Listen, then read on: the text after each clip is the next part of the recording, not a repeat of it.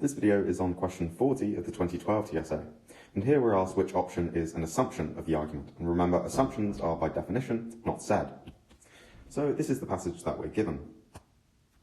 And the author first tells us that we should restore capital punishment for premeditated or planned murder.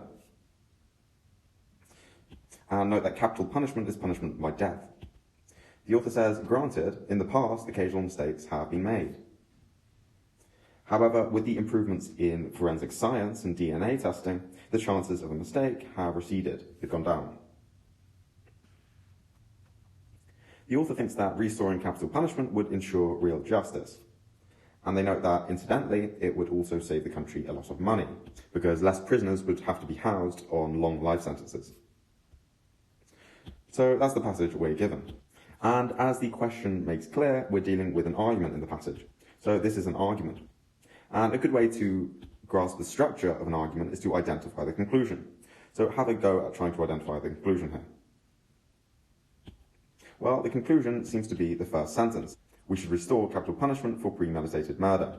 And why is this the conclusion of the argument? Well, the rest of the passage seems to consist in reasons for this conclusion. So the reasoning in the passage all supports this, sentence 1.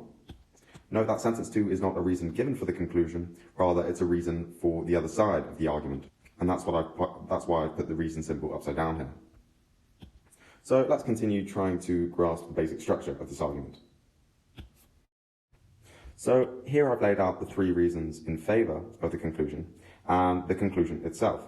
So let's try and understand what each of these are saying. If we look at sentence 3 of the passage, it's essentially saying that restoring capital punishment will mean little chance of mistakes, or rather, that there will be little chance of mistakes is a reason to restore capital punishment.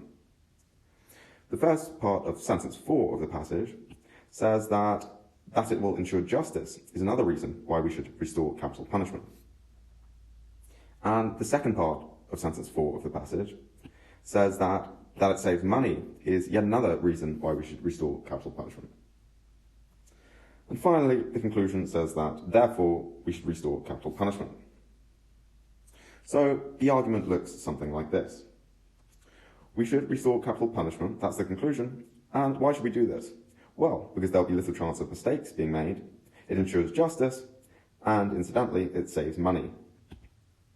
So now we've got a clearer idea of the argument, let's have a look at some options to see what assumptions the author is making.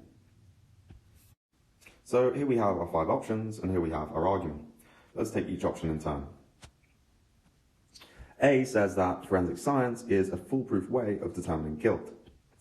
Now, if we look back at the argument, we can remember that the author mentions that forensic science has advanced. So they know that if capital punishment is restored, forensic science is going to be used.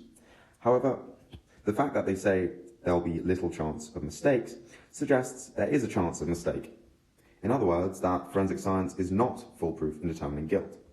So A seems to be actually the opposite of what the writer thinks. What about option B? This says that real justice can still be achieved if there are occasional mistakes. Well, let's take a look back at the argument. The reasons that the author gives for why we should restore capital punishment include that it ensures justice and there'll be little chance of mistakes. And in giving these 2 reasons, the author is assuming that they are compatible. That is, that a few mistakes is compatible with justice. And so B does seem to be an assumption the author is making. And we can check this is so by using the not test. Let's suppose that real justice cannot be achieved if there are occasional mistakes. Well, then the argument falls apart, because the argument is based mainly on these 2 reasons. However, if real justice can't be achieved if there are mistakes, then these 2 reasons are incompatible. So it looks like B is our assumption. But let's try and dismiss the other options. C says that financial considerations are the most important considerations when considering criminal justice legislation. Now, if we take a look back at the passage, we can go to where the author talks about financial considerations, namely the second part of the 4th sentence. The author talks of the restoration of capital punishment as saving the country a lot of money. However, as they make clear, this is only an incidental concern.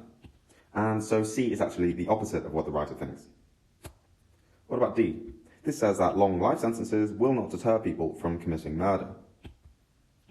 Well, if we look at the argument, we'll see that the author doesn't talk about deterrence at all, and so D is irrelevant. What about E? This says that the public wouldn't be against the restoring of capital punishment. And if we look at the argument, we'll see that nor does the author talk about what the public think. They only talk about what they think of the matter. And so E too is irrelevant. And that leaves B as the correct option.